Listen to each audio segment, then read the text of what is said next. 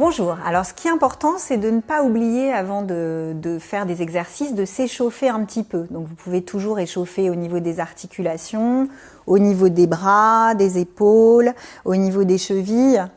Et ensuite, on va vous montrer quelques exercices simples que vous pouvez faire tous les jours. Je vais vraiment tendre le genou.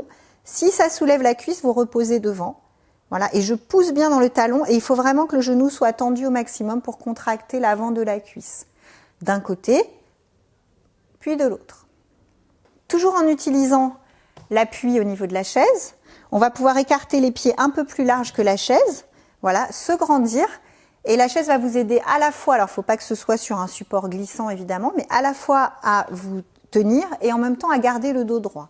Et vous allez pouvoir fléchir les genoux, le regard loin devant, le dos bien droit, et le poids du corps bien vers l'arrière dans les talons. Donc on va pouvoir décoller le pied, et puis si on veut travailler un petit peu plus, on va pouvoir monter un petit peu la jambe sur le côté. On peut reposer à chaque fois, toujours le dos bien droit, de chaque côté bien sûr, hein, chacun des exercices, toujours avec un équilibre musculaire, en respirant bien, et à son rythme.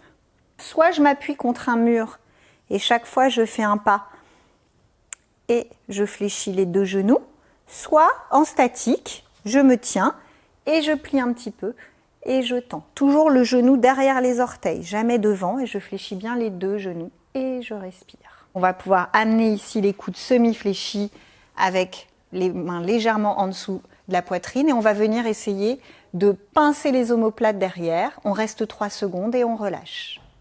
On va pouvoir donc fixer le bras contre le corps, ici, se grandir, et on va fléchir l'avant-bras sur le bras. Donc c'est un exercice que vous pouvez faire soit avec un élastique, soit avec une petite bouteille d'eau, une petite boîte de conserve, quelque chose qui représente une toute petite charge.